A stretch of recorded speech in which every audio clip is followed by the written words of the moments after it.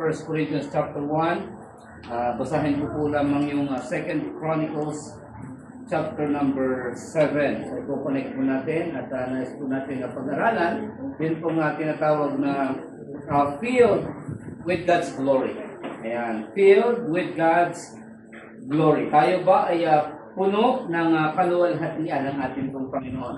Okay, so 2 Chronicles from the Old Testament.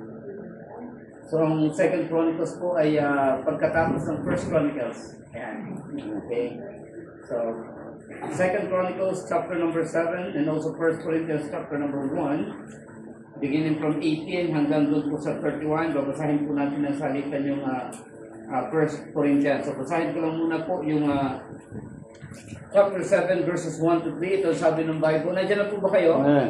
Now when Solomon had made an end of praying, the fire came down from heaven and consumed the burnt offering and the sacrifices, and the glory of the Lord filled the Lord's house. And the priest did not enter into the house of the Lord, because the glory of the Lord had filled the Lord's house.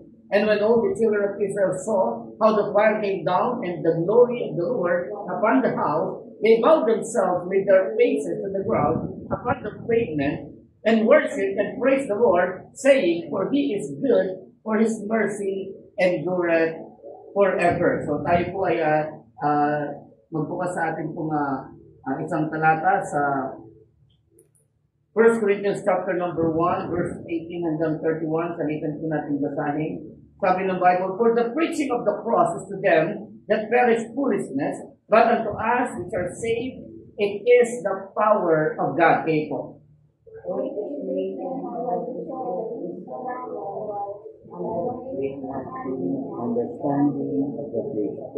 Where is the wise? Where is the scribe? Where is the disputer of this world? Had not God made foolish the wisdom of this world? Okay po.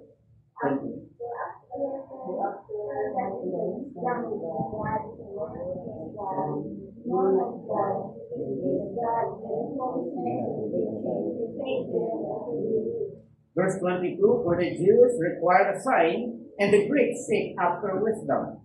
But we preach Christ crucified unto the Jews, and unto the Greeks foolishness. But unto them which are called, both Jews and Greeks, Christ the power of God and the wisdom of God. Because the foolishness of God is wiser than men, and the weakness of God. Verse 26, For ye see your calling, brethren, how does not many wise men after the flesh, not many mighty, not many noble are called.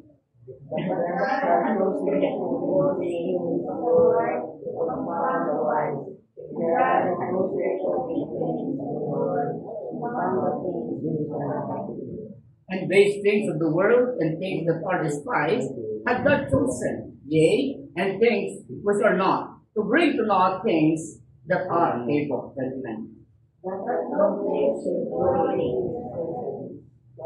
But of Him are ye in Christ Jesus, who of God is made unto us wisdom and righteousness and sanctification and redemption. Altogether, verse number 31, ready? Read.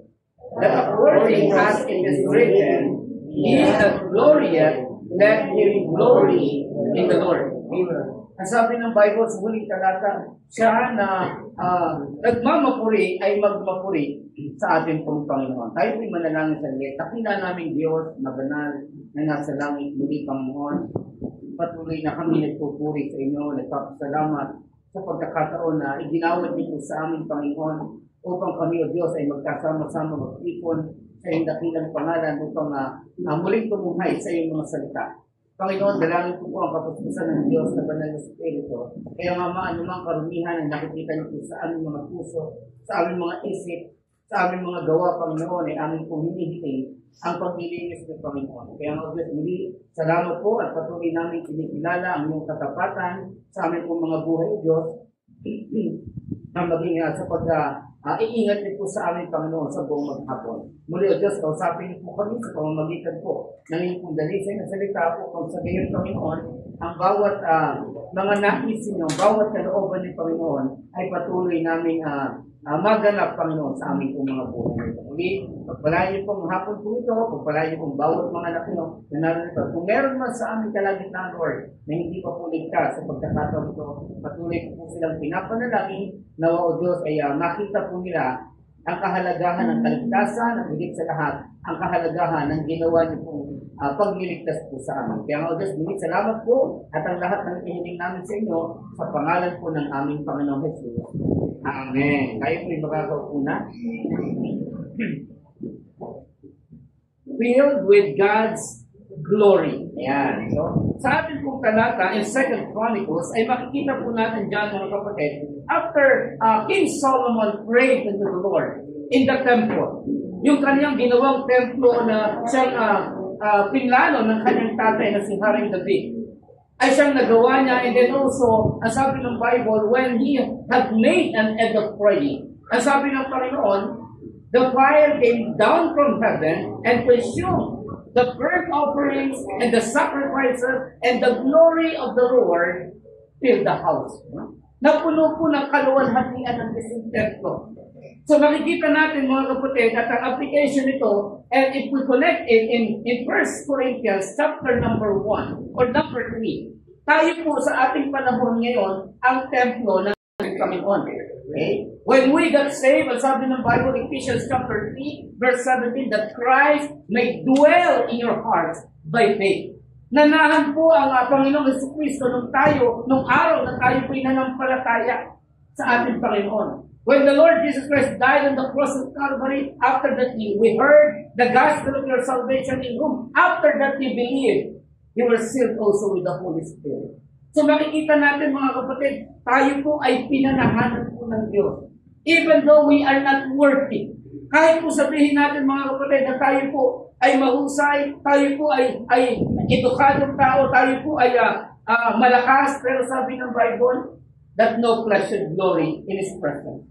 Wala pong pwedeng magmapuri maliban po sa ating Panginoon. So ang ating text in 1 Corinthians, the church of Corinth, known for their carnality.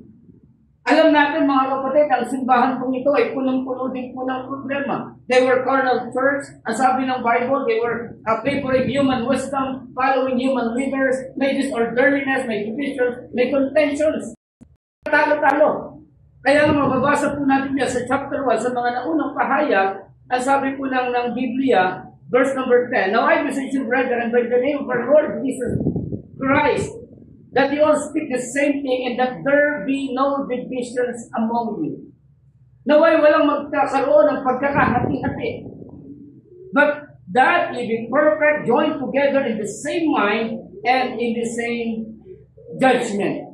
Kasi ang problema po nila, mga kapatid, marami silang pinipiling mga leader. Nandiyan si Pablo, sabi nung iba, ay ako'y kay Pablo, ako'y kay Pedro, si Cephas, ako'y kay Apollos.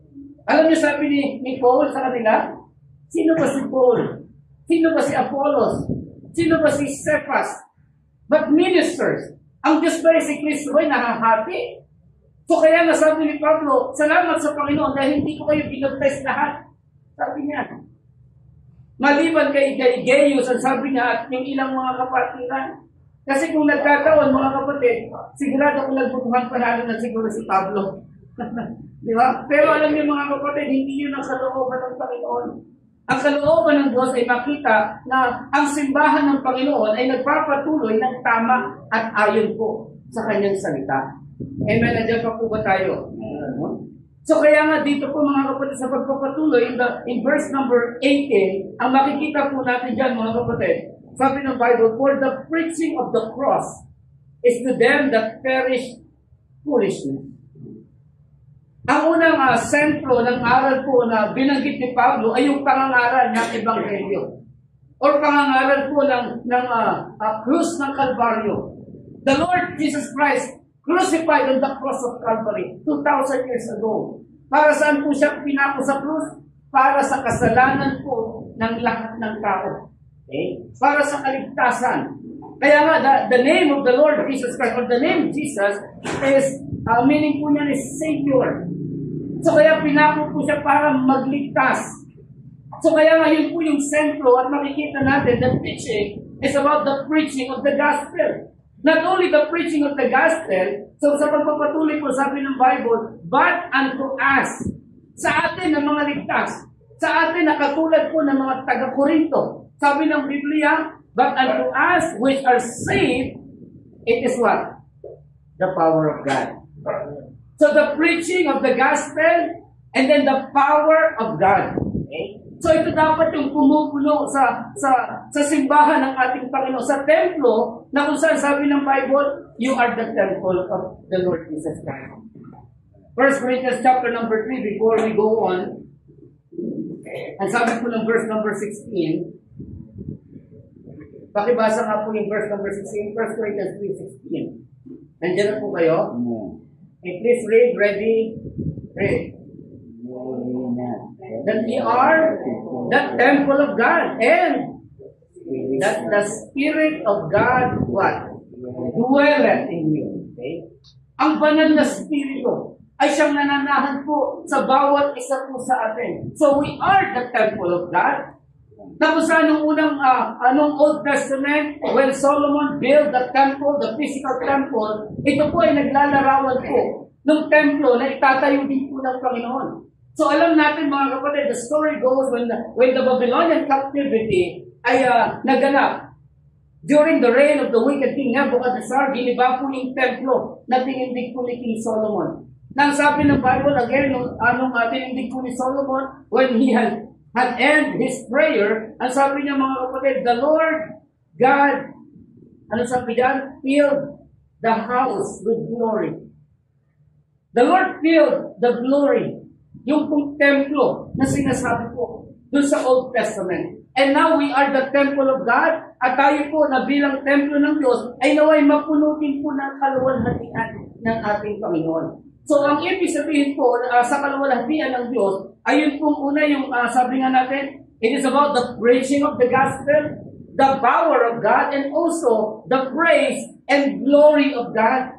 Yun po yung nakikita po sa templo. Noong unang panahon, when the physical temple was built by Solomon, ang nakita po doon yung kapunuan ng kapangyarihan ng Diyos. Hello, nandiyan pa po ba kayo? Kasi nga, ang nais ng Panginoon, wala pong laman na pwedeng magmapuri. Okay? Even King Solomon, hindi niya po kinredit yung paggawa ng templo. Bagamat siya po yung ginamit ng Panginoon, pero hindi po niya inaari na ito'y gawa ko. No? Tandaan natin, si Solomon po, before ay wala pong wisdom, maliban nung siya po ay biniyayaan at binigyan ng Panginoon. Amen? Nung siya po nanaginip, and then sabi ng Panginoon sa kanya, humiling ka, at ano man ang iyong kahilingan, igagawad sa iyo. No? At yung hiniling niya po, ayun pong karunungan. Amen? So kaya makikita natin mga kapatid na sa ating talata, even in 1 Corinthians chapter number 1, alam niyo mga kapatid, it declares how people are not capable of doing anything without God. Na ang tao ay wala pong magagawa kung wala pong Diyos. Lahat ng bagay, ano man yung ginagawa natin ngayon, ano man yung nagawa natin noon, ano mga accomplishment meron tayo ngayon, lahat ng yan, mga kapatid, ay bunga ng kapangyarihan po ng Diyos. Okay? So kaya makikita natin, mga kapatid, especially in the aspect of salvation, meron ba dito niligtas niya yung sarili niya? Wala po, di ba? Ang kaligtasan ay hindi po sa sarili natin. Ang kaligtasan ay hindi po sa pamamagitan ng pagsunod sa batas. Ang kaligtasan ay hindi po sa pamamagitan ng relihiyon. Ito'y sa pamamagitan po ni Jesus Christ lamang. Amen? Neither is there salvation in any other, for there is none other name under heaven given among men whereby we must be saved. So kung hindi ka paligtas, wala kang ibang kailangan kundi si Kristo na tagapagligtas. He died on the cross para po sa iyo, para sa lahat ay namatay siya sa krus ng Kalbaryo to pay the penalty of sin na hindi natin kayang bayaran. So kaya nga makikita po natin mga kapatid, that again, Paul declares how people are not capable of doing anything without God, especially in the aspect of salvation. Even in the aspect of service. Sa paglilingkod sa Panginoon, siya pa rin po magbibigay ng kakayahan po sa atin. Marahil yung iba sa atin nag-aasam, nag-aaspire na maglingkod sa Panginoon. Pero tandaan po natin, mas higit na tinitingnan ng Panginoon yung ating availability rather than the ability. Yes, ang Panginoon ang nagbibigay ng lahat ng yan. So kaya nga, let us recognize God in our life. So, this church also, mga kapatid, na binabanggit po ni Apostle Paul, is known, yes, for their wealth. They are rich, not only materially, but also in their speech and knowledge in Christ Jesus. Hindi lang sila mayaman. Itong Church ng Corinth, ay yes, mayaman po sila. Central po yan ng business that time. Pero alam niyo mga kapatid, hindi lang po yung kayamanan nila ang nakikita sa kanila. Their speech also and knowledge in Christ Jesus, meron po sila. Kaya lang ang problema, kaya nga pinaalalahanan sila ni Pablo, yung pong knowledge nila nag-pop up. Alam niyo yung nag-pop up? Yung lumaki yung ulo. Okay? Parang hydrocephalus, nakakita na ba kayo yan? Yan yung hydrocephalus doon na nasakit, yan po yung fluid na nagkaroon ng fluid doon sa utak, sa brain. No? Sa Kristiyano, pagka-hydrocephalus, napuno ng karunungan, yung ulo, yung utak, pero hindi naman sinusunod. Okay? Hello, nandiyan pa po ba tayo? So kaya nga makikita natin, ayaw ng Panginoon na mag-pop up yung ating isipan. Kundi matuto po tayo sa ating pagkatuto, may apply po natin. Kasi bali wala po yung aral kung hindi po natin i-apply. Amen, nandiyan pa po ba tayo? So kaya nga every believers, mga kapatid, sa atin ay magkaroon tayo ng sapat na kaunawaan to have a full understanding that we are nothing without God. Wala tayo kung wala ang Diyos. Always remember, even in Genesis chapter number 1, verse number 1, ano sabi ng Bible? In the beginning, God. Sa pasimula, ang Diyos. Amen? Naintindihan niyo po? In the beginning, God created the heaven and the earth. He is the Creator. Kaya nga sa buhay na ito, mga kapatid, kung tayo po ay ating naiintindihan at nauunawaan na tayo po'y galing sa Panginoon at ang Diyos ang simula ng lahat ng ating buhay, ng ating po tinatangkilik, ng ating kayamanan ngayon, kung meron man, ng ating karunungan, kung meron man tayo ngayon, lahat ng yan, ang Diyos ang nagbigay. Amen? So kaya nga kahit si Apostol Pablo, alam niya yung batas, pero sabi niya, ang karunungan nagmumula sa Panginoon, ang lahat-lahat nagmumula sa Diyos. Wala tayong pwedeng angkinin sa mundo ito. For we brought nothing in this world, and it is certain we can carry nothing out. Yan po ang sabi ng book of 1 Timothy chapter number 6, verse number 7. Hubad tayong dumating sa mundo ito at hubad tayong nilisan, wala tayong madadala. Meron ba dito pinanganak na may ngipin na complete na ngipin? Meron ba kayo nabalitaan na may ngipin na pinanganak? Diba? Yung iba nga, wala pati buhok, wala eh. Diba? So kaya makikita natin mga kapatid, even in the book of Job, yun po yung pinatutungkulan po ng book of Job, si Job chapter 1, verse number 22. Ano sabi ng Bible? Naked came I out of my mother's womb, and naked shall I return title. The Lord gave, the Lord also had taken away. Blessed be the name of the Lord. So wala siyang, ibig sabihin, wala siyang, hubad siyang tumating. At hubad po siyang babalik sa Diyos. So yun po ang sinasabi ng banal na kasulatan. Kaya nga, always recognize God in our life. Yeah. Alam niyo mga kapatid, kung bakit tayo po'y buhay pa ngayon. Yes, truly. There's always a purpose. Meron pong layunin ng Diyos. It is because of God's love, it is God's grace, and it is God's mercy. Lamentations 3:22, it is of the Lord's mercy that we are not consumed. Because His compassions fail not, they are new every morning, great is thy faithfulness. So, everything we learn and achieve, ang nais ng Diyos ay maibigay po natin. Let us give all the praise and honor and glory to our God. Wala pong ibang dapat na umangkin yan. Hindi po tayo, kundi ang ating Panginoon. At sabi ng 1 Corinthians chapter number 10, verse 31, alam niyo sabi ng Bible, whether therefore ye eat or drink, or whatsoever ye do all to the glory of God. Gawin po natin para sa kaluwalhatian po ng Diyos. Yan po ang disenyo ng Diyos para po sa atin. To give honor, to give praise, and to give glory to our God. Kaya nga tingnan niyo po yung kasunod na mga talata ni Pablo din po sa 1 Corinthians chapter number 2. Verse number 1. Tingnan niyo po. Nandiyan na po kayo. And I, brethren, when si Apostol Pablo po nagsasalita, at kausap niyo po yung mga mananampalataya sa Corinto, when I came to you, came not with excellency of speech and of wisdom. Hindi ako pumarito sa inyo na merong higit na kaalaman, karunungan. Ano sabi niya? Declaring unto you what? What? The testimony of God. Kung maroon si Pablo sa mga mananampalataya sa Corinto, para saan? Sa patotoo ng Diyos.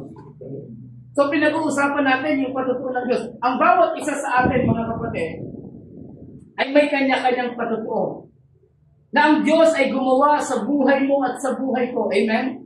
Meron nga ba? Absolutely yes. Meron po. Kahit po yung mga di mananampalataya nga, di ba, sino ba nagbigay ng buhay sa kanila? Walang iba kundi ang ating Panginoon din. So lahat ng buhay na meron dito sa mundo ito, ang Diyos po ang pinagmulan. So kaya nga sabi natin, the testimony of God. Merong patutuong Diyos. Kaya nga yung patutuo ng Diyos, yun po yung kapangyarihan ng Diyos sa buhay mo at sa buhay ko. The power of God in our life. So maintindihan natin na ang bawat kapangyarihan na yan, mga kapatid, ay dapat po nagbibigay luwalhati sa Diyos. Ang tanong bilang anak ng Diyos, tayo po ba, ang buhay po ba natin ay nakakapagbigay ng glory sa ating pong Panginoon? Hello, nandiyan po ba kayo? The testimony of God. Alam niyo, in the book of Numbers, no? When the Lord used Moses para itawid ang bayang Israel patungo sa promised land, nung nandun na po sila sa wilderness, in Numbers chapter number 14, alam niyo sabi ng Biblia, reklamo sila ng reklamo, nakalimutan nila yung ginawa ng Diyos. The 10 plagues in Egypt, how the Lord ay talagang iningatan po sila, kahit po may 10 salot sa lugar, pero sila po hindi na-apektuhan. When the Lord parted the Red Sea, nakatawid po sila sa tuyong lupa, nangamatay po yung mga sundalo ni Pharaoh. Kitang-kita po ng kanilang mga mata. Pero nung naglalakbay na sila, malapit na sila sa promised land, actually 11 days journey na lamang. Pero inabot po ng 40 long years para masungkuman nila at marating nila yung promised land. Alam niyo, ginawa nila, murmuration, complaint. Nagre-reklamo sila. Sabi nila kay Moses, Moses, babalik na lang kami sa Egypt. Kukuha na lang kami ng bagong leader. Nakalimutan nila yung kapangyarihan ng Diyos sa kanilang buhay. Yan ang problema sa mga mananampalataya kung minsan, makakalimutin. Nakakalimut po tayo. Alam nyo, yung mga di mananampalataya, maintindihan niya ng Panginoon eh. Kasi bakit? Sabi ng Biblia, Satan had blinded the minds of them which believe not. Hindi talaga nila makita yan. Even the creation of God, yung mga bundok, yung araw, lahat ng nilikha ng Diyos, hindi nila makita na ma-appreciate man lang. Why? Because they were blinded by the devil.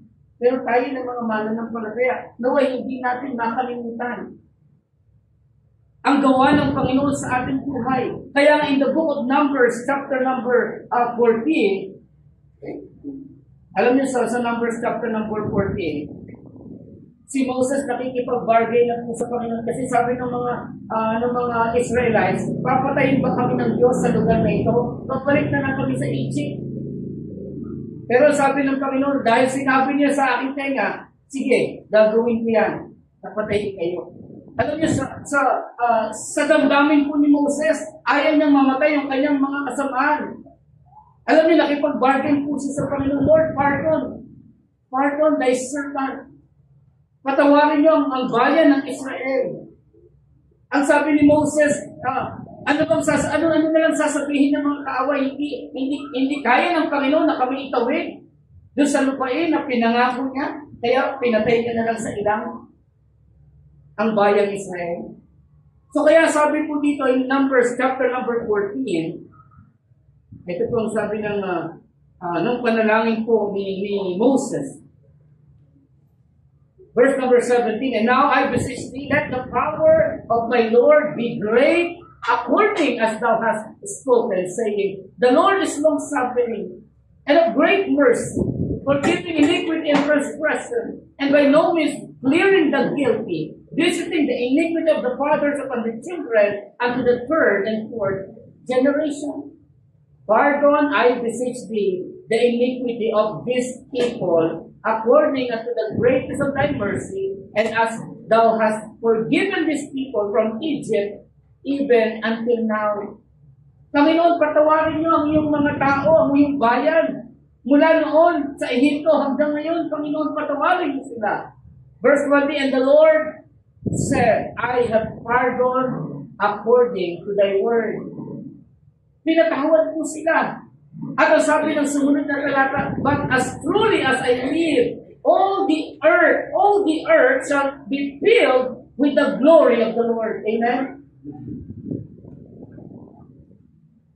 Ang lahat ng nasa mundo, ang buong mundo, ang sabi ng Biblia, sabi ng Panginoon, shall be filled with the glory of the Lord. The glory of the Lord is power. Yung kanyang kapangyarihan. The power of God. Especially pagdating po sa templo ng ating Panginoon, na dapat puno ng kapangyarihan ng Diyos.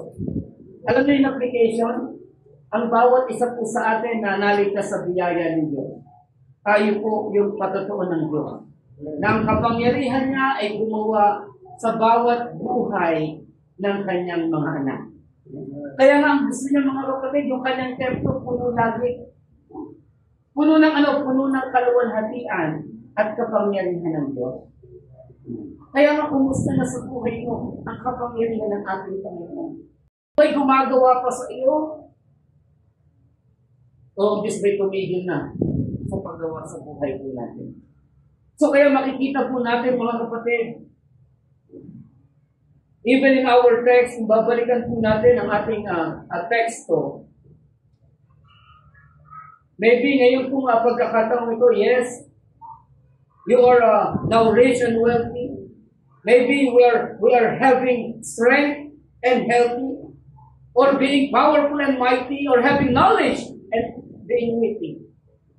Marahil may karunungan tayo. O yung mga bagay niyan, always remember and acknowledge that all these things came from God for His purpose. Meron pong layunin ng lahat. Or maybe dumadaan ka sa isang pagsubok, pero tandaan po natin ang Panginoon palagi ay matapat na Diyos. Deuteronomy 8:18, ang sabi ng Bible, but thou shalt remember the Lord thy God, for it is He that giveth thee power to get well. Amen? Siya rin po yung nagbibigay ng pagpapala ng prosperity. Siya po ang lahat-lahat sa atin. Kaya nga alam niyo mga kapatid, isa sa character po na makikita natin, especially in the New Testament, gusto ko po yung sinabi po ni John the Baptist. Alam niyo ba yung sinabi po ni John the Baptist, John chapter number 1, in verse 26 and 27, John chapter 1, verses 26 and 27. Si John the Beloved po ay pinsan po sa laman ng ating Panginoon sa Kristo. Amen? He is a miracle child. Ang kanyang nanay na si Elizabeth is barren that time. Pero dahil po sa kapangyarihan ng Diyos,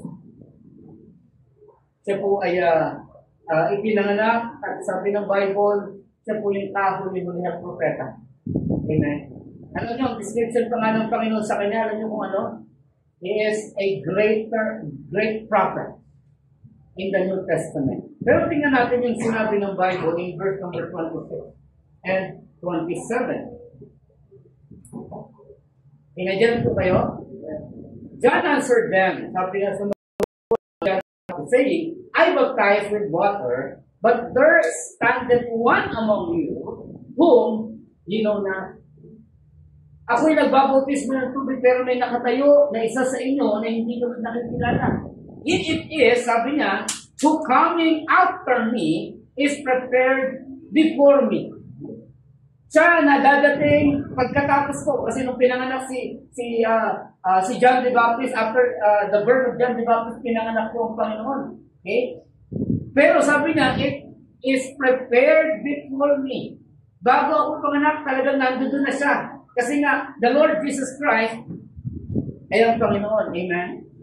In the beginning was the Word, and the Word was with God, and the Word was God. The same in the beginning was with God. All things were made by Him, and without Him was not anything made that was made. Amen? And the Word was made flesh. So, yun yung sinasabi po ni John the Baptist. Pero tingnan niyo po yung kasunod. Sabi dyan, whose shoes lashed, I am not worthy to undo.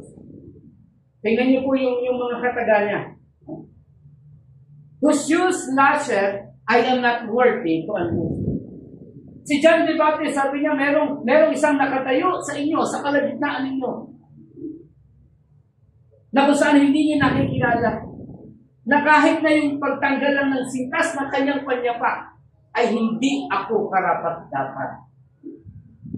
Si John the Baptist, ang sabi ng Panginoon, siya isang propeta na dakila sa mga propeta. Si John the Baptist na kung saan naglingkod sa Panginoon at pinugutan ng ulo sa paglilingkuran. Pero sabi niya, hindi ako karapat-dapat na magkalag ng sintas ng panyapak ng Panginoon. Alam niyo mga kapatid, maging tayo po, hindi po tayo karapat-dapat kung tutuusin sa pagpapala at biyaya ng Diyos. Kaya nga sabi ng Biblia, ang kaligtasan, yung biyayang kaligtasan, ito'y biyaya. Sa pamamagitan ng biyaya at awa at pag-ibig ng Diyos, kaya po nasumpungan natin yan. Amen? Maging yung paglilingkuran sa Kanya. Si John the Baptist, yung sintas lang, hindi nga siya karapat-dapat.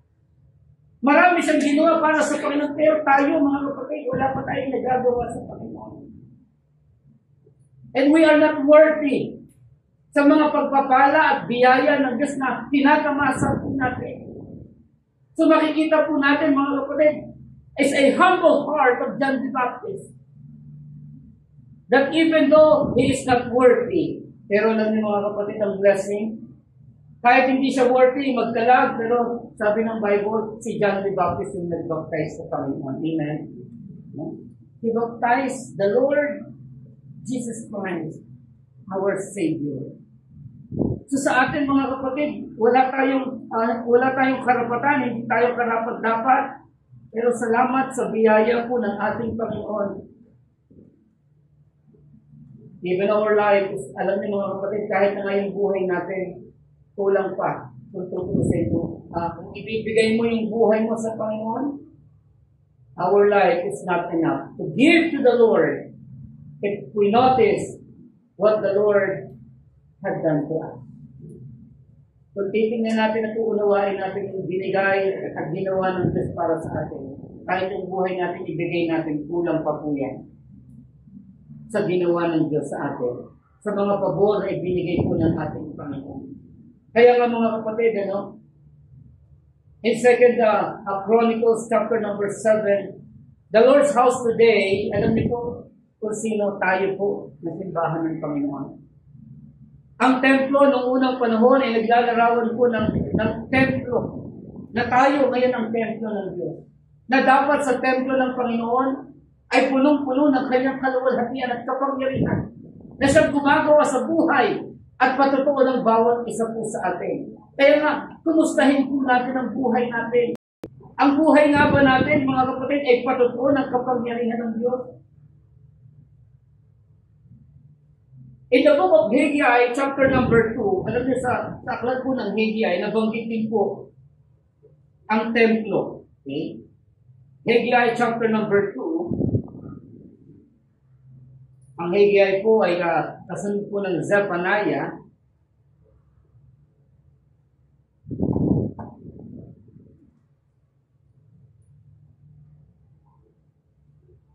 Haggai chapter number 2, verses 6 to 9.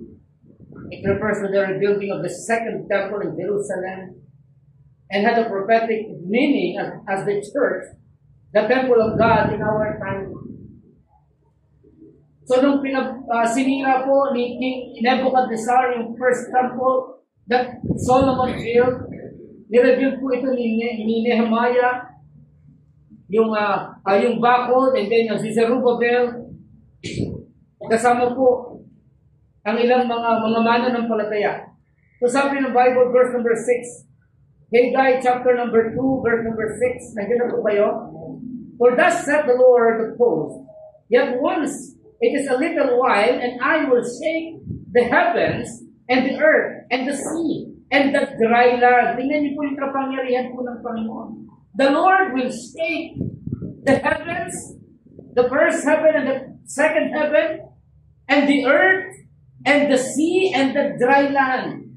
And I will shake all nations, and the desire of all nations shall come, and I will fill this house with what? With glory, said the Lord of hosts. The silver is mine, and the gold is mine, said the Lord of hosts. The glory of this latter house shall be greater than of the former, said the Lord of hosts. And in this place will I give peace, saith the Lord of hosts. So pinatutukulan po nito mga kapatid, it is again about the rebuilding of the second temple. Kaya nga may mababasa po kayo sa New Testament na kinakausap niyo yung mga Pariseo, sirain niyo yung templong ito and I will build it in 3 days. 3 araw lang, sabi ng Panginoon. Sabi ng mga Pariseo, mga Skriba, 52 years ginawa yung templo. Tapos sasabihin mo, 3 araw, ititindig mo yung templo. But the Lord Jesus Christ speaks of the spiritual temple which we are now today. Tayo na po yung binabanggit ng Panginoon na spiritual temple. Na kung saan yung templo na yan, mga kapatid, it is not made with hands. It is not made with man's hand. It is made by the power of the Lord Jesus Christ. Amen? Ito yung ginawa sa pamamagitan ng kapangyarihan ng ating Panginoon. So kaya nga yung templo na yan, na kung saan tayo po, again, the power of our God ay dapat mahayag sa buhay at sa patutuo po ng bawat isa po sa atin. Ibig sabihin, ang i-highlights natin palagi, walang iba kundi ang Panginoon. Hindi po ang ating sarili. Si John the Baptist, sabi niya, kahit na ngayon, sintas lang ng panyapak ng Panginoon, hindi ako karapat-dapat magtanan. Pero ewan ko bakit merong nagiging palalo sa ating panahon. This is our time. Meron lang nagawa na konti, nagmamalaki na yung tao. So kaya nga ito'y paalala sa atin that lahat ng bagay, all things, na ginagawa natin, nagawa natin, o gagawin natin, ay dapat ang kapurihan at kaluwalhatian, hindi po sa atin, palagi sa Panginoon. Amen. At yun yung magpapatunay na ang kaluwalhatian ng Diyos ay pumupunod po sa ating bilang templo ng ating Panginoon. Siyang nagpupuno. Kaya nga sabi ng Biblia, in our text, kung balikan na po natin yung ating texto. Ang sabi ng verse number 19, 1 Corinthians 1:19, for it is written, I will destroy the wisdom of the wise, and will bring to nothing the understanding of the prudent. Where is the wise? Where is the scribe? Where is the disputer of this world? Had not God made foolish the wisdom of this world? For after that, in the wisdom of God, the world by wisdom knew not God. It pleased God by the foolishness of preaching to save them that believe. Isipin niyo po yung ginawa ng ating Panginoon. Ang sabi dyan, mga kapatid, after that, in the wisdom of God, the world by wisdom knew not God. Hindi pa rin kinilala ang Diyos ng tao. Sa pamamagitan ng kanyang kapangyarihan, sa kanyang pagkakalikha, ay hindi po kinilala ng tao. At sabi niya, nalugod siya. Saan? Nalugod po siya sa pangangaral ko. Sa pamamagitan ng kamangmangal sa pangangaral. Ang sabi ko ng Biblia, to save them that believe. Amen. So kaya nga makikita natin mga kapatid, kung pag-aaralan pa natin ang mas malawak pa ang Biblia, kung paano tinawag ng Diyos, sabi ng verse number 26, for you see your calling, brethren, how that not many wise men after the flesh, not many mighty, not many noble, are called. Mas pinili ng Diyos na gamitin po yung mamang, yung mga tao na mahihina, yung mga tao na hindi po edukado. Tingnan niyo po yung mga apostles ng Panginoon. And even Moses, when God called Moses in Exodus chapter number 4, ano katwiran ni Moses? Lord, I am not eloquent to speak. Panginoon, hindi ako mahusay magsalita. Utal-utal nga ako, Panginoon, sabi niya. Ano sabi ng Panginoon? Who made the man's mouth, even the dumb and the maimed? Sino ba ang gumawa ng lahat ng yan? Sabi ng Panginoon, ako ang gumawa ng lahat ng yan. Huwag kang mag-alala. Andiyan dyan si Aaron, binigay po sa kanya para maging tagapagsalita niya. Pero alam niyo, pag binasa niyo po yung book of Exodus, in the time of Moses, hindi po si Aaron ang nagsasalita sa mga tao. Si Moses pa rin po. Amen. Why? Kapangyarihan po ng Diyos ang siyang pumupuno at pumupuspos po kay Moses. Ganun din po sa ating panahon, mga kapatid. In the Old Testament pa mga kapatid, kung paano nagkaroon ng kagutuman doon sa Samaria, alam niyo, ginamit po ng Panginoon yung 4 na may leprosy. May sakit na leprosy. Yung may sakit po na ketong that time, mga kapatid, wala pa pong medisina, wala pa mga hospital. They were cast away. Nasa labas sila ng siyudad, hindi pwede sila pumasok sa bayan. May kagutuman, malaking kagutuman yung nasa bayan. Actually, yung kagutuman nga na yun, sabi ng Biblia, nauwi pa saan? Sa pagkain ng anak ng babae, ng isang babae. Pero alam niyo mga kapatid, ang ginamit po ng Panginoon yung cast away, the 4 leprous men. When Elijah was called by God, pinapunta ng Panginoon si Elijah dun sa brook of Cherith. Ano sabi ng Bible? Anong ginamit ng Panginoon? The raven. Ang raven po ay kilala po sa pinakamadamot na ibon. Pero yun po ang ginamit ng Diyos to sustain Elijah in the brook of Cherith. The raven brings, sabi ng Bible, meat and bread in the morning and bread and meat in the evening. Sinustain po si Elijah. And then when the water brooks were dried up, ano sabi ng Panginoon? Okay, Elijah, pumunta ka doon sa widow woman. Doon sa Sarephat. That widow woman, siyang magsusustain sa iyo. Alam niyo, sabi ng Bible, yung widow woman, pagka po pinag-aralan niyo, no? Isa po yan sa pinakamahirap na kalalagayan in the ancient time. Hindi po binibigyan ng halaga ang widow woman. Sariling sikap po sila. Pero alam niyo mga kapatid, in that time of famine, si Elijah po ay nasustain by the widow woman. The cruse of oil, fail not, sabi ng Bible, inabutan ni Elijah na namumulot ng stick, yung babae. At sabi ng babae, isang kain na lang kami. At handa na kami mamatay yung aking anak. Pero sabi ng Bible, sinustain po ng Panginoon. Hindi lang isang araw, hindi lang 2 araw. Sabi ng Bible, maraming araw, sinustain sila ng Panginoon. So tingnan niyo po yung mga ginagamit ng Diyos. Sa buhay na ito, sa ating panahon mga kapatid, pwede tayong gamitin ng Panginoon. Hindi niya tinitingnan yung lakas natin kasi ang Diyos ang nagbibigay po ng lakas. Hindi tinitingnan ng Diyos ang kakayahan natin, yung pera natin, hindi yan tinitingnan ng Panginoon. Alam niyo dun po sa New Testament, meron pong ginamit ng Diyos. Gusto ko pong illustration palagi ito. John chapter number 6, we know this story. This is the 18th miracle na ginawa ng Panginoon in His earthly ministry. In the Sea of Tiberias, at makikita natin dyan mga kapatid, gutom na yung tao, sumusunod sa Panginoon, kasi nakita nila yung mga himala ng Diyos, nagpapagaling ng karamdaman. Look at John chapter number 6, the 18th miracle the Lord did in His earthly ministry. Nandiyan na po kayo? After this things, Jesus went over the Sea of Galilee, which is the Sea of Tiberias, and a great multitude followed him because they saw his miracles, which he did on them that were diseased. Sunod na sunod yung mga tao kasi nakita nila yung mga may sakit na sumusunod sa Panginoon ay nagkakaroon ng kagalingan. Tingnan niyo po yung kapangyarihan ng Panginoon. The glory of God, the power of God. And Jesus went up into a mountain, verse number 3, and there he sat with his disciples. And the Passover feast of the Jews was nigh. When Jesus then lifted up his eyes and saw a great company come unto him, he saith unto Philip, whence shall we buy bread that he may eat? Nung nakita ng Panginoon, ang daming tao.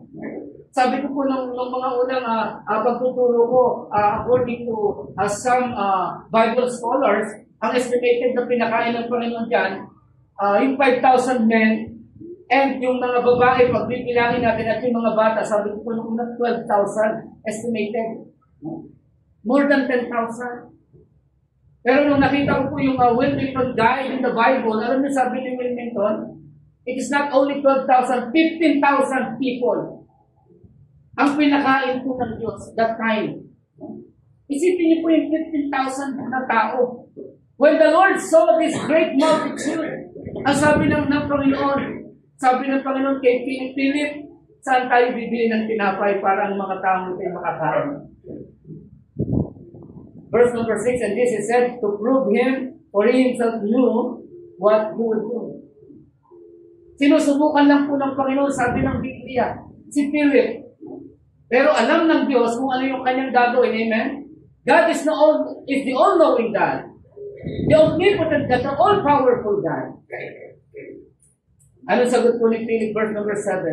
Philip answered him, 200 penny worth of bread is not sufficient for them, that every one of them may take a little. Panginoon, 200 worth penny bread, hindi sasapat sa kanila. Para matikman lang, kahit makatikiman lang, kahit maliit, kahit paunti, hindi sasapat, Panginoon. Biruin nyo, 15,000. Bakit ba si Philip ang tinanong ng Panginoon? Alam nyo, pag pinag-aralan niyo si Philip, malapit lang po yung bahay na hindi po kalayuan ng bahay na Philip dyan.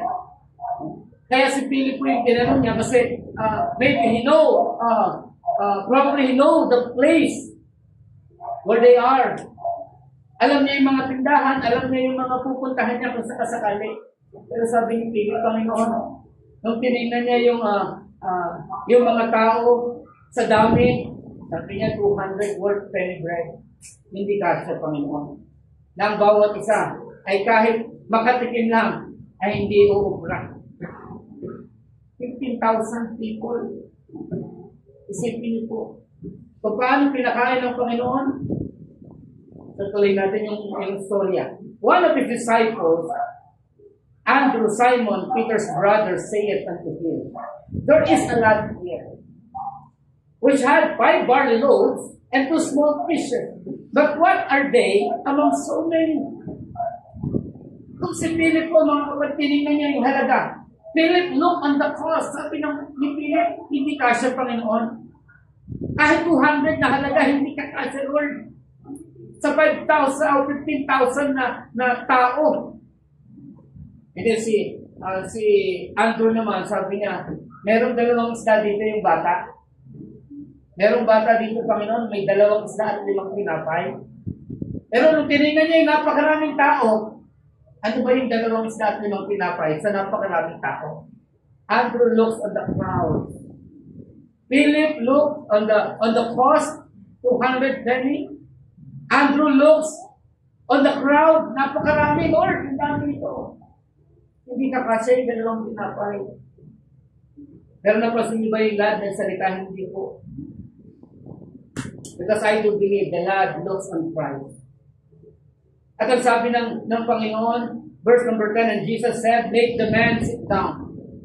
Now there was much grass in the place, so the men sat down in number about 5,000.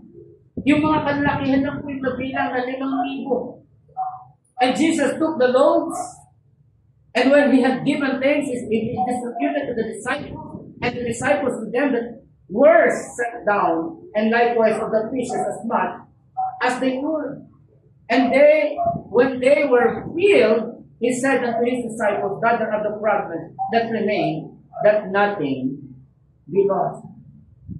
So anong makikita po natin dito sa storya ito?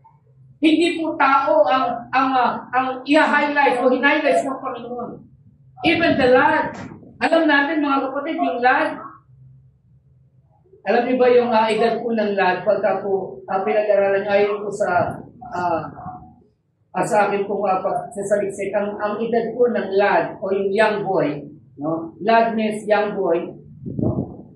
Ang edad po niyan is nag-range po ng 8 to 10 years old lang. The little boy, no?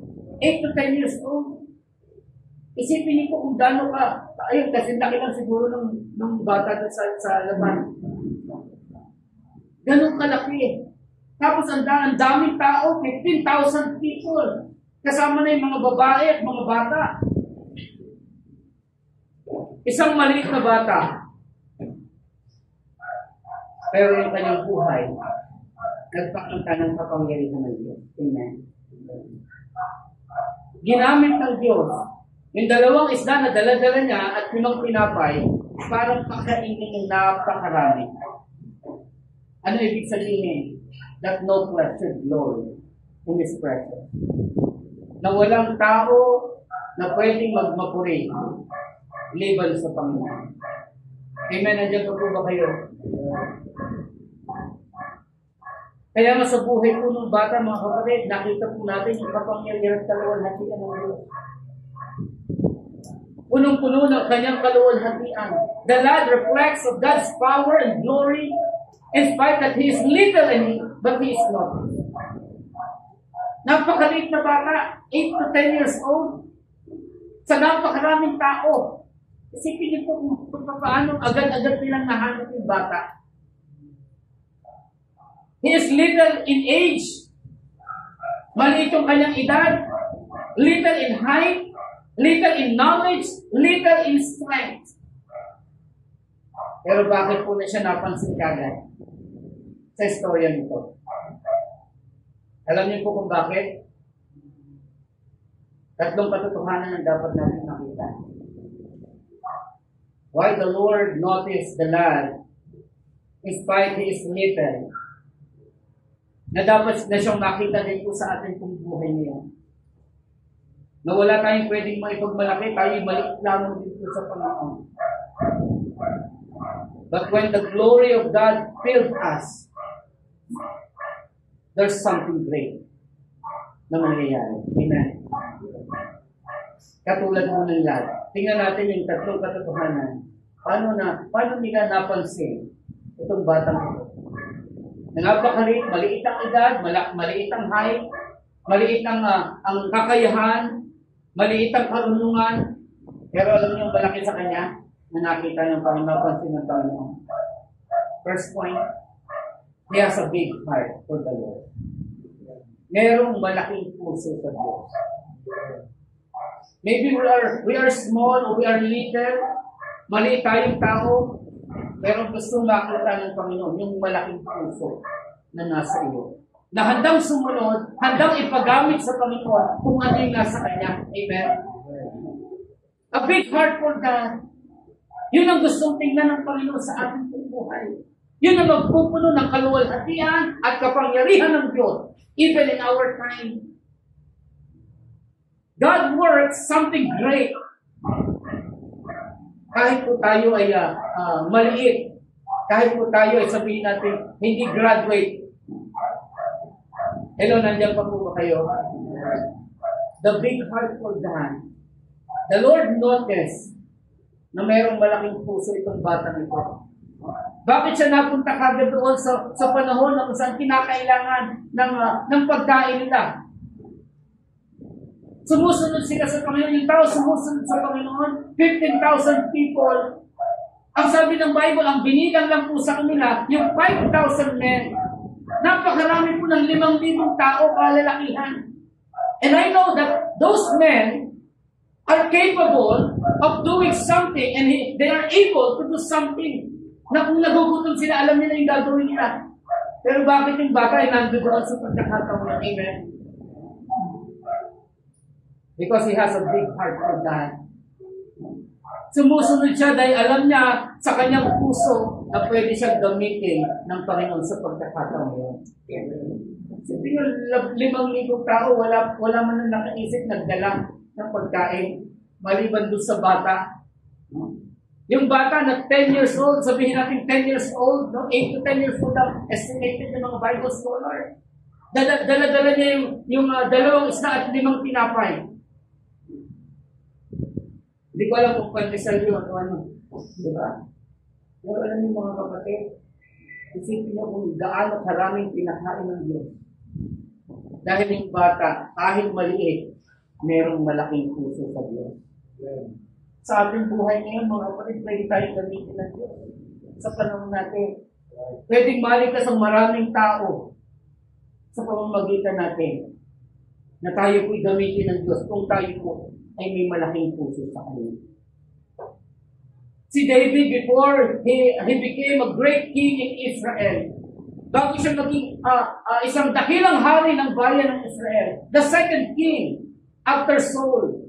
Alam nyo, nung nakipaglaban siya kay Goliath, di ba? We know the story in Bible study, di ba? In the good news, kinukwento sa atin, that David fought against Goliath. The 9-footer tall. Ang edad ni David, 16 to 19 years old, estimated.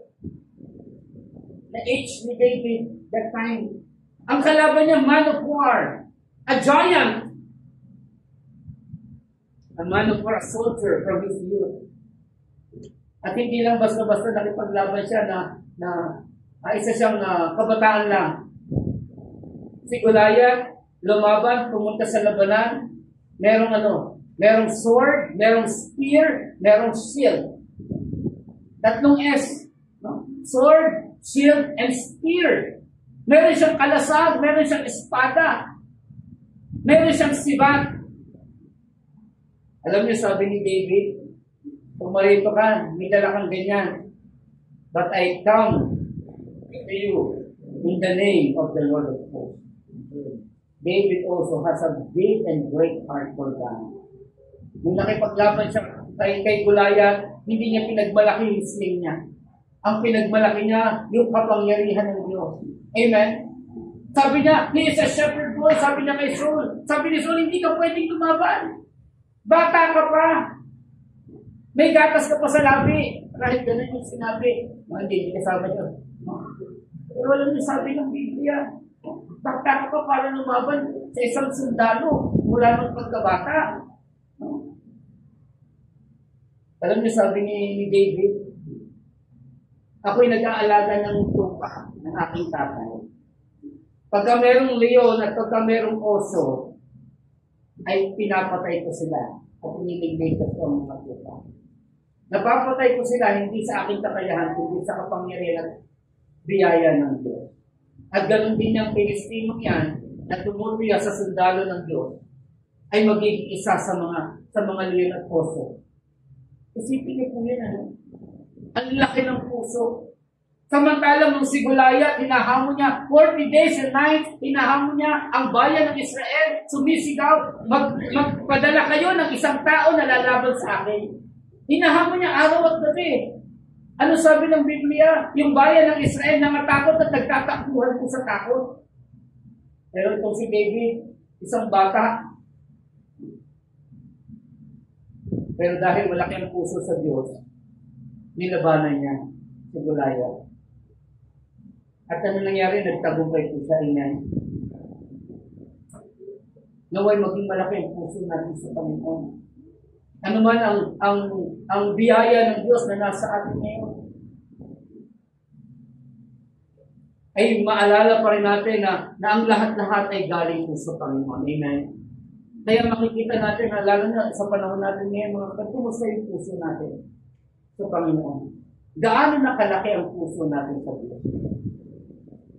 Katulad ba kasing laki ba ng puso ng bata na nandiyan sa John chapter number 4? Kasi laki ba ng puso ni David when he fought in the giant? Minsan may mga higanting kalaban tayo sa buhay na ito, problema, higanting pangangailangan. Pero tandaan natin mga kapatid, mas malaki ang ating Diyos. Amen. Kung lalakyan lang natin ang ating puso din sa Kanya.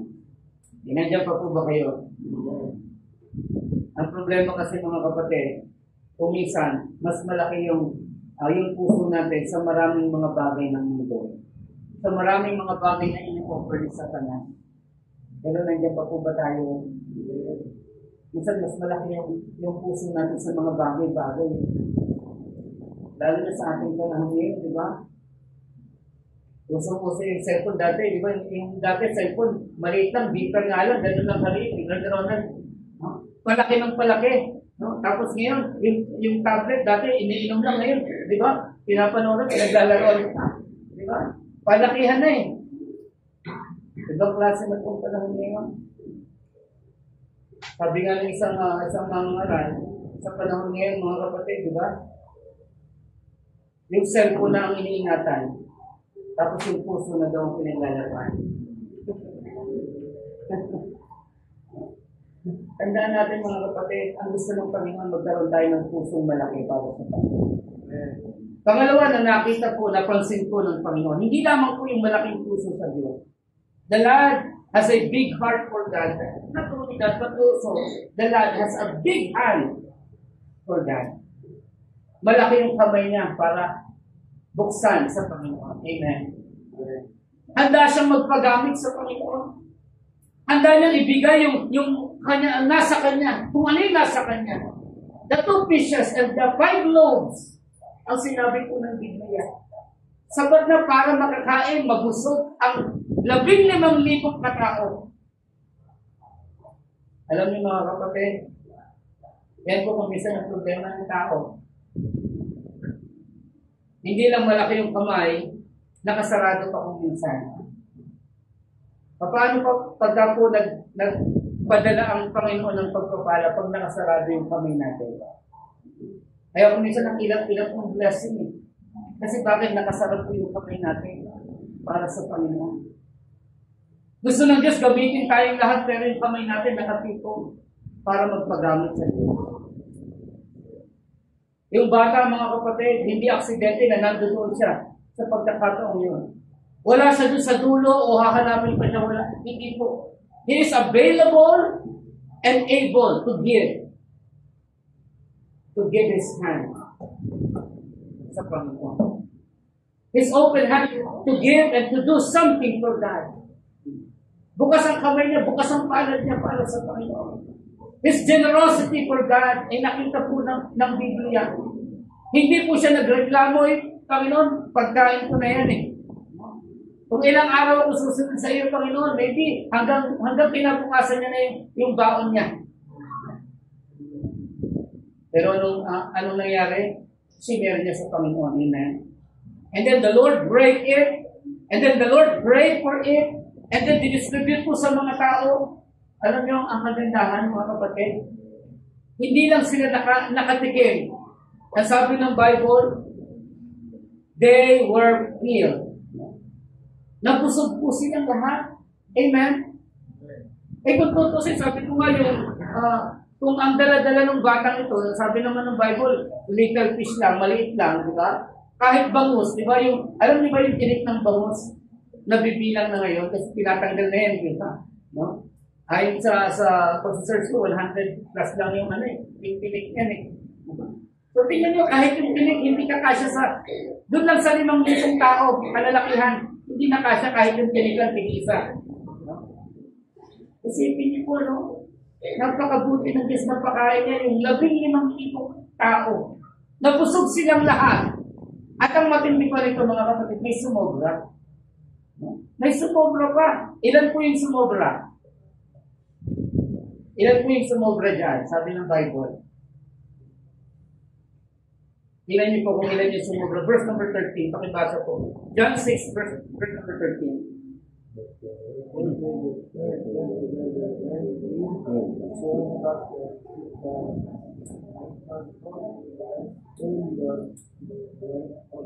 Nakita niyo po?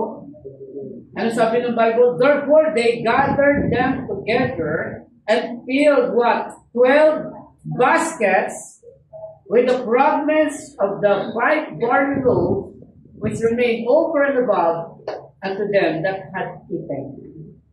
Isipin niyo po nung 12 baskets na puno. Isipin niyo na lang kung yung bata hindi ipinagdamot niya na. Alam niyo naman yung mga bata na yun, kahit po testing niyo yung ilang mga bata, di ba? Pag may hawak yan na lollipop, isubukan yung hingiin. Di ba? Ang tendency niya, nako, tatakbo yan palayo sa inyo. No? Pero alam niyo yung bata, nung sinabi ni Andrew, Panginoon, may bata dito, merong 2 isda at 5 tinapay. Hindi nagreklamo yung bata. Ipinaubaya sa Panginoon. Amen. The big hand for God. At ang pangatlo, nakakita po natin mga kapatid, yung verse number 13, ang sabi ng Bible, again, and filled with 12 baskets with the fragments of the 5 barley loaves. May 12 baskets na natira. Sa tingin nyo, kanino binigay? Ilan yung apostol ng Panginoon? 12. No? Merong 12. Siguro sabi ng 12, naku, tamang-tama.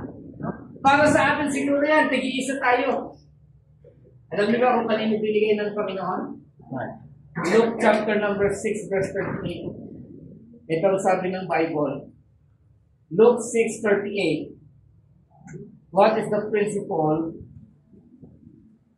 ng ating Panginoon about that? Luke 6:38. Nandiyan na po kayo? Pakibasa po ng sabay-sabay. Okay? Are you there? If it's read, ready, begin. Give. Press down and shaken together and running over shall men give unto your bosom, for with the same measure that you meet withal, it shall be measured to you again.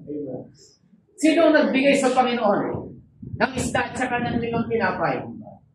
Yung bata. Sabi ng 12, siguro nung time na yun, ang daming sumubra. 12 basket. Tama-tama, binilan nila. Tig-isa tayo dyan. Ano sabi ng Panginoon sa Luke? Give and it shall what? Be given unto you. Sabi ng Panginoon sa 12, teka muna. Sino sa inyo nagbigay? Nagbigay ka ba? Nagbigay ka ba? So sa 12, walang nakasagot na nagbigay. So kanina ibibigay ng Panginoon yung 12. Walang iba kundi doon sa lahat. Amen? Kaya nga anong nakita ng Panginoon sa lahat? He has a big heart for God. He has a big hand for God. And also, He has a big harvest from God. Amen? Ang umani, siyempre yung bata, yun ang prinsipyo ng Panginoon eh. Give and it shall be given unto you. Good measure, pressed down, shaken together. Sisiksikin pa ng Panginoon pag siya gumanti. Isipin niyo, 2 isda at 5 tinapay kumpara sa 12 baskets na punong-puno. Ilang beses minultiply ng Panginoon. That is shaken together. Siniksik ng Panginoon. And I do believe the Lord gave those fragments, the 12 baskets, din po sa bata. Kasi siya lang naman yung nagbigay. Amen. So kaya makikita natin mga kapatid, the harvest. The principle of the Bible in the book of Galatians chapter number 6. The sowing and reaping. Amen. Galatians 6, 9 and 10. Siguro dito na natin tapusin ang ating pag-aaral. Sabi ng Bible, and let us not be weary in well-doing. For in due season we shall what? We shall reap if we faint not. As we have therefore opportunity, let us do good unto all men, especially unto them who are of the household of faith. So verse number 8, nakalimutan ko, for he that soweth his flesh shall of the flesh reap corruption. But he that soweth to the Spirit shall of the Spirit reap life everlasting. Amen. Pag nagtanim ka, aani ka. Yung 12 apostles, wala namang tinanim that time. Pero yung bata na nagbigay, tiyak yan, siya yung umani. Amen. Kaya sa ating mga kapatid, sa ating panahon, God requires us. Pagka ang Diyos, sabi ng Biblia, pagka ang simbahan ng Panginoon, ang kanyang tahanan, ang kanyang templo, ay puno ng kapangyarihan ng Diyos. Makikita po yung katulad ng nakita natin sa batang lalaki. Ano yung nakita natin? Ano yung nakita ng Panginoon? Napansin ng Panginoon? Meron siyang malaking puso sa Diyos. Amen? He has a big heart for God. He has a big hand, an open hand for the Lord. At ang lundo, he has a big harvest from the Lord. Galing sa Diyos. Ang tunay na umaapaw na pagpapala. Amen. Kumusta na yung buhay natin sa ating panahon ngayon? Kumusta yung buhay natin bilang anak ng Diyos? Nakikita ba yung kaluwalhatian at kapangyarihan ng Diyos sa buhay mo sa buhay ko? Nakikita ba yung malaking puso sa atin? Ang kamay na bukas at malaki para sa gawain ng Diyos? Yung kamay natin ay handang magpagamit sa Panginoon. At makikita natin yung resulta. Amen. Tayo pong lahat ito. Tayo pong lahat ay manalangin. Makapangyarihang Diyos na nasa langit, hindi Panginoon, salamat po ng maraming sa bawat salita, Panginoon, siyang ipinagdalog niyo po sa amin. Nawa ito po yung nagsilbing paalala, nagsilbing hamon, Panginoon, na kami, O Diyos, bilang anak ninyo, ay kakitaan, Panginoon, ng iyong kaluwalhatian. Kakitaan ang kapangyarihan nyo na gumagawa po sa amin po mga buhay. At nawa, Panginoon, ay makita po sa amin ang katulad na nakita po namin sa bata na ginamit ni Panginoon. In about 50,000 men and women and children in that particular time, ay meron po kayong isang batang ginamit, Panginoon, because of His big heart for you. Panginoon, nawa ito po yung maging puso namin sa inyo, Panginoon. Na puso namin ay lumaki para po gamitin ninyo, Panginoon, ang buhay po na ito. Ang mga kamay namin, Panginoon, na walang kakayahan ay bigyan po ng kakayahan upang magbigay, Panginoon, ng luwalhati sa iyong dakilang pangalan. Salamat po, Panginoon. Salamat po sa presensya ng Diyos sa banal na Espiritu. At sa pagkakataong ito, Panginoon, panalangin ko po, maging sa amin pong invitation, ay patuloy po kayong mangusap. At kung meron man sa amin kalagitnaan, Lord, na hindi pa po nakakatiyak ng biyayang kaligtasan, I pray for them, Lord, na patuloy po kayong magligtas, patuloy na bigyan ng kaunawaan ang aming pong mga kaibigan. Ito'y dalangin ko sa pangalan po ng aming Panginoong Jesus. Habang tayo po'y nakayuko, nakapikit, kaibigan, alam mo na ba kung saan tutungo ang iyong kaluluwa pagtapos ng kamatayan? Ang sabi ng Biblia, kaibigan, ang kamatayan ay nakatakda sa tao. And as it is appointed unto men once to die, but after this, the judgment. Pagkatapos ng kamatayan ay may paghatol. Meron kang patutunguhan, kaibigan. Yun yung hatol. Ang kaluluwa natin ay may patutunguhan. Ito ay dalawang lugar, sabi ng Biblia. Ano yung dalawang lugar na yan? Sabi ng Bible, merong langit na tahanan ng Diyos at meron din po tinatawag na impyerno at lugar na kapahamakan. Pero ang tanong, kaibigan, halimbawa dumating yung kamatayan sa atin. Alam mo na ba kung saan tutungo ang iyong kaluluwa pagtapos ng kamatayan? Maybe narinig mo yung langit, maybe narinig mo yung impyerno. Pero ang tanong, alam mo na ba kung saan sa dalawang yan tutungo ang iyong kaluluwa? Marahil ang sagot mo ngayon ay, Pastor, hindi ko po alam. Pwede bang ipaliwanag ni Pastor kung saan kami tutungo? Kaibigan, sabi ng Biblia, ang kalalagayan natin sa harapan ng Diyos, tayo po'y makasalanan sa kanyang harapan. For all have sinned and come short of the glory of God. Dahil sa kasalanan, tayo po'y hindi makakaabot sa kaluwalhatian ng Diyos. Ang kabayaran ng kasalanan ay kamatayan. For the wages of sin is death. Death means separation. We are separate from God pag tayo'y namatay because of our sin. Pero alam mo, kaibigan, may magandang balita. Ang magandang balita, the Lord Jesus Christ ay nagkatawang tao. Siya yung pinako sa krus ng Kalbaryo. Siya yung namatay doon, inilibing, at hindi na natili sa libingan. Ikatlong araw na buhay siyang muli. Para saan? Para sa ating kaligtasan. Ang kailangan mo lang itugon, kaibigan, ay manampalataya o magtiwala ka sa ginawa ni Kristo Jesus. Sabi ng Biblia, believe on the Lord Jesus Christ and thou shalt be saved. Kaibigan, yan ba ang iyong tugon? Handa ka bang manampalataya sa ginawa ni Kristo na pagbiligtas sa iyo? Na siya'y namatay para sa iyong kasalanan. Binayaran niya na kanyang banal na dugo ang iyong kasalanan. Ang lahat ng kasalanan. Ang tangi mo lang dapat itugon ay yung kung pagtitiwala at pananampalataya sa Kanya. Handa ka bang manampalataya ngayon kay Kristo? Marahil nandiyan ka sa iyong kinatatayuan. Pastor, handa akong manampalataya kay Kristo. Bakit hindi mo itaas ang iyong kanang kamay kung yan ang iyong panalangin? Pastor, itataas kong aking kanang kamay bilang patotoo. Nais mong pagtiwalaan at sampalatayanan si Kristo bilang aking Panginoon. Meron po bang ganyan? Sa ating kala, salamat po sa nagtaas ng kamay. Meron pa po ba? Salamat po. Meron pa po ba? Handa ba kayo magtiwala sa Panginoon? Si Jesus Christ po ang ating pong pinagtitiwalaan. Hindi po ang religion, hindi po ang Baptist.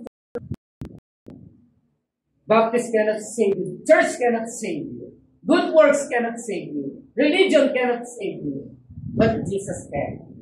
Jesus can save you. If you believe on the Lord Jesus Christ, just raise up your hand.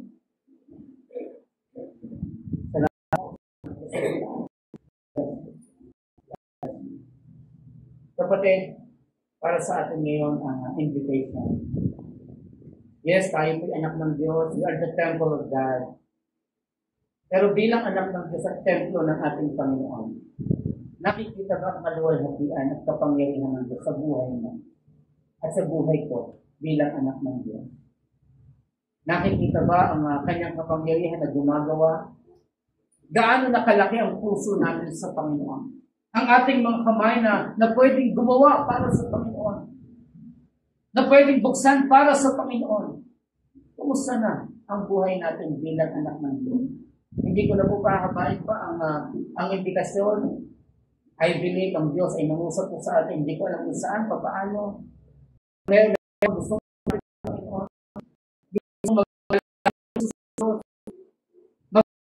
Ating mga kamay ay maging bukas para sa Panginoon, sa kanyang gawain.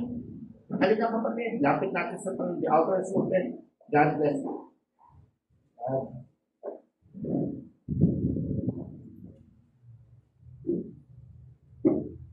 Dakilang Diyos, kami narito sa Panginoon at sa Panginoon at tapos na namin.